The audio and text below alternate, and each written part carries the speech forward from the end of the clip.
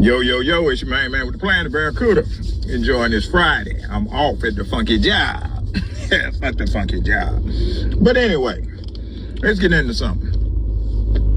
Last night I was talking to my youngest child, and my daughter said, Dad, what do you think the mental effects would be on people who have never seen carnage, chaos, and just total anarchy? And I told her, I said, most people won't be able to handle it. I said, there'll be a few veterans that can handle it, the ones who were in a war zone or where you have seen somebody get is killed. I don't go with the lingo is unalive, so forgive me if I don't use that. I'm not into changing words to mean, changing things to mean something else. But I told her it could be possible chaos, because imagine your neighbors not being the same neighbors that you wave at all the time because their kids are hungry and they know you got food. They become your enemies.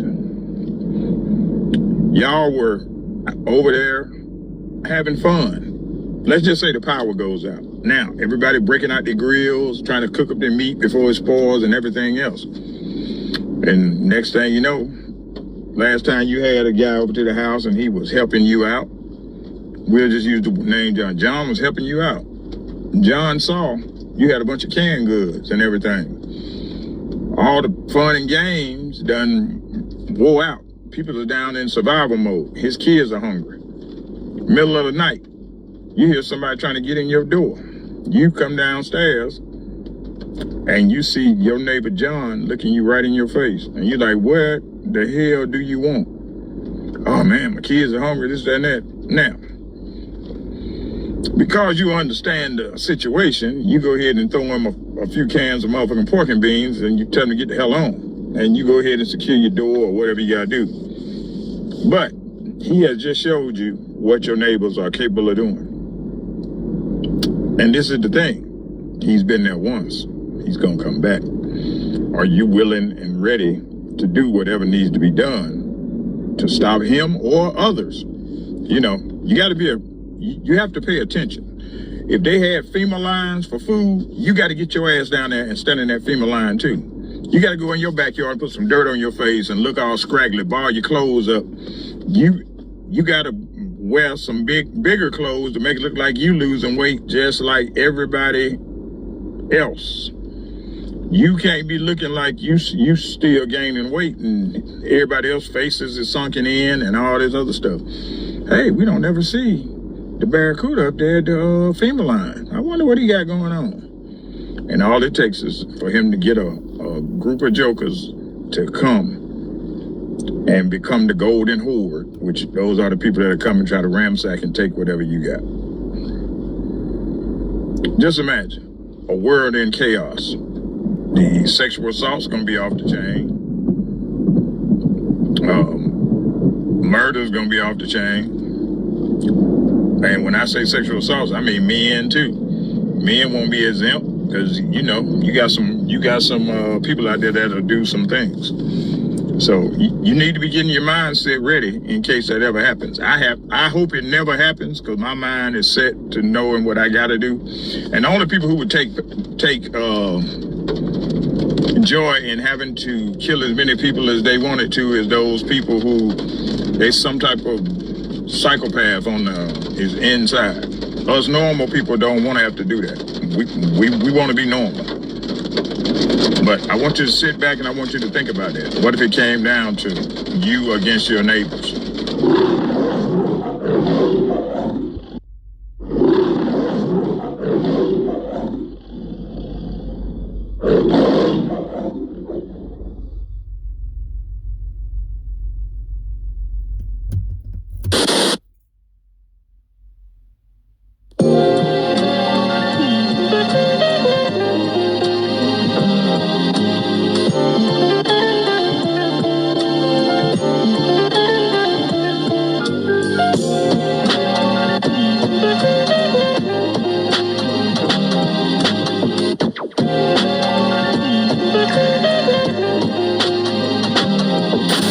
How has 2026 been? Let me see. January, Epstein files. February, the cartel is fucking up half of Mexico. March, we're in another war with a whole other fucking country. I don't even want to see what April gonna bring.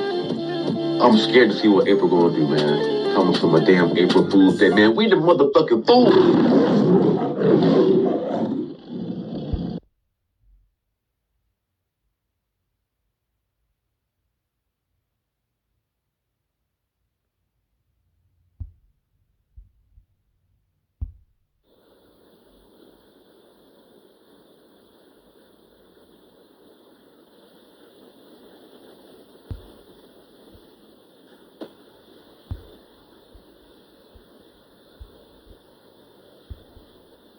Can I just stop and ask you a question that I imagine everybody's thinking right now?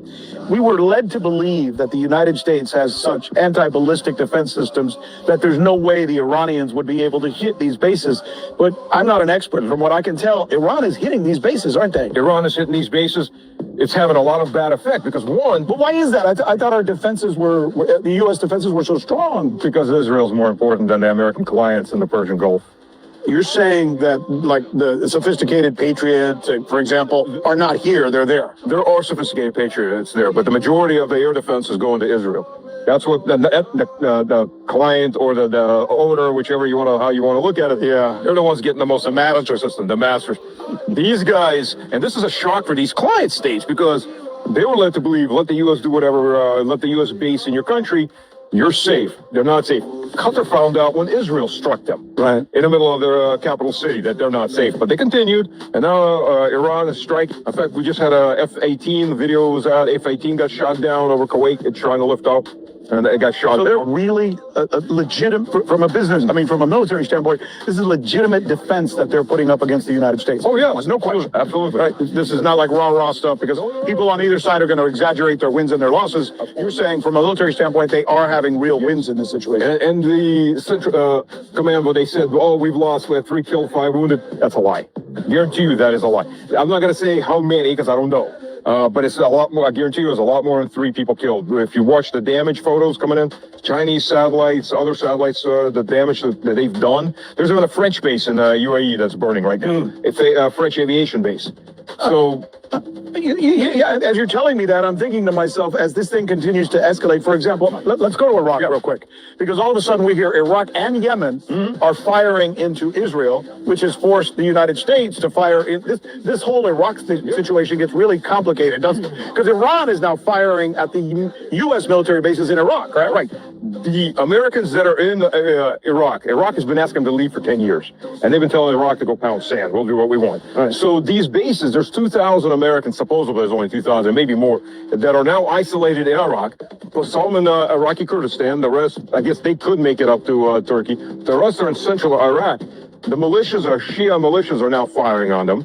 The Iraqi government wants them out, so doesn't care if there's none of them. A lot of their Shia militia are now firing on the U.S. bases, along with Iran, and the Iraqi government's now firing on Israel.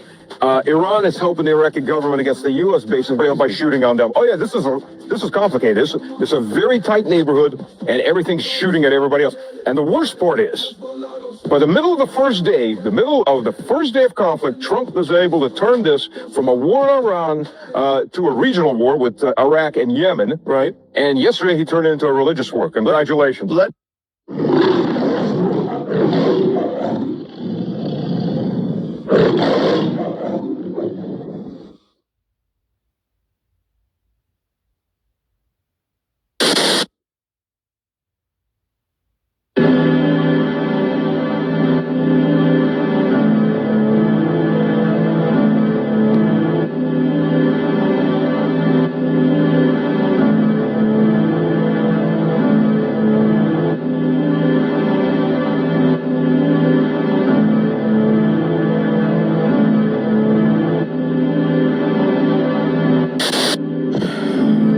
Making jokes about this war shit, I'm really scared as hell.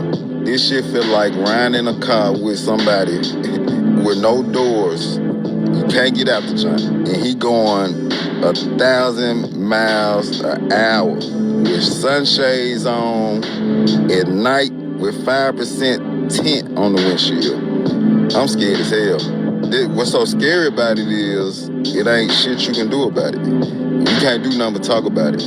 Like, this shit is so close to being a disaster, bro. It don't even, it's scary, man. I try not to think about it. That's why I joke about this shit. That's why I'm joking about it now.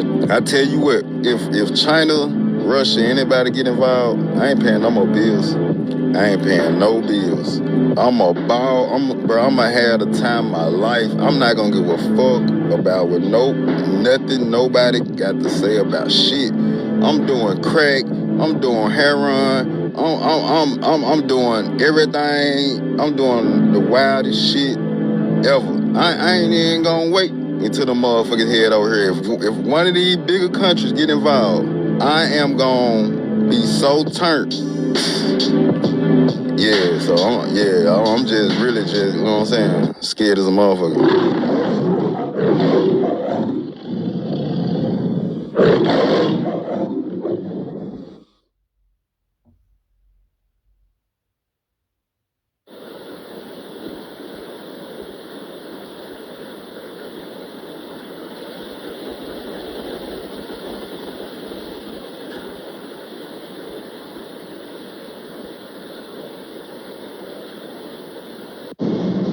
White men are the problem. White men, and white men particularly who desire power, money, are the problem. White men who cannot control their urges are the problem. White men who present a face of honesty and rectitude and caring, but who aren't, who are essaying children, are the problem. The secrecy is the problem. God help us all. Oops, I don't think they meant for that to happen. In the process of people going through Epstein files and STDs and looking through history and all of these things, and looking at the people who are in charge of our country right now and the ultra far right leaning ideology, specifically those saying that whites are supposed to be the superior race. What they didn't expect to happen would be that people would start figuring out that the worst human beings are, in fact, white men. More specifically, wealthy white men. I don't think they meant for anyone to figure this stuff out. I mean, they've been controlling the narrative of history books for how long? But in studies that were done in even the early 19th century, they could find that the spreading of STDs was like 10% came in girls that were 13 and under, and upper class and middle class white families. I'm not laughing because that's funny. That's freaking terrible. But what's funny is now everyone is starting to figure it all out. And sure, there have been plenty of people screaming that that was the problem the whole time. Even I have screamed that on this page. But even I didn't realize that it's that deep. It's that deep. And since I know my content is being right now, I'll just also go ahead and say Katie Johnson's name again, because every time I say her name, I know for sure the video won't go anywhere. And again, I will say, I believe that they are in a process of trying to normalize schmedophilia. I cannot tell you how many young men I have seen in comment sections of videos about Epstein who are like, dude, he's not that bad. Or even on other podcasts that I've been listening to, these guys come in and they're like, yeah, I'm one too. What of it? I'm going to squash any ideas you have about how this is wrong. What? Like, we went straight from we hate people who do this to a bunch of people not only accepting, but like claiming to be one of them. These files are horrific. I understand why people don't want to look, but we need to look because the fact that we have kept looking away for centuries is why we're here. So this is a tough one to talk about. I don't see any way around it. Let me apologize in advance to those white men who I am acquainted with and respect and love, but you've got to speak what's true. Pedophilia, victimizing of people who you have power over. In this case, the victimizing of children who you have power over. Has anyone noticed that in every arena, it is rich white men who dominate the field? We know Epstein, where it's so distressing that some of the richest men on the planet habitually sexually abused children. SA'd, I think I'm supposed to say, children. And they were tied together in secrecy, in keeping each other's secrets for decades. They were tied together financially. I think it was, if you deal with me financially and you become dependent or become intertwined, you're less likely to ever reveal anything about the things we've been doing in the dark. The same sort of ethic is true in churches, the Catholic Church, which for beyond decades, a century, kept the secrets of the white male priests who were essaying children. The same is true in small pastorates, small churches, where the pastor has a lot of power. Don't anybody say, oh yes, but it doesn't just have to do with that. I mean, a lot of women, still support these people. Sure they do. As long as women are in any way financially dependent on men, they're going to go along with almost anything, and that's just the truth.